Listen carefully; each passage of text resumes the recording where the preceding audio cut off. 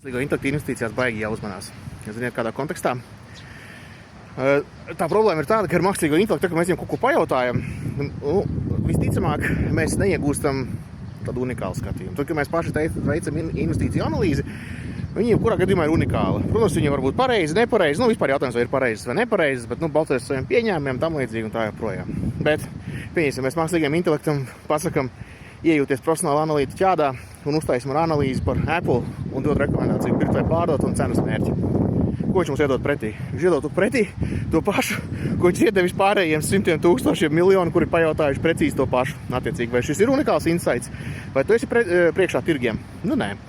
Līdz ar to tā vienkārši ņemt rekomendācijas, protams, vispār nedrīkst, bet arī tad nākamais jautājums ir, kam tad jēdzīgi viņu izmantot. Atkal, kaut kad, ja tev iepriekš runāja to, ka mākslīgais intelekts viņš jāizmanto kā paplašinātājs, jeb izpētes rīks.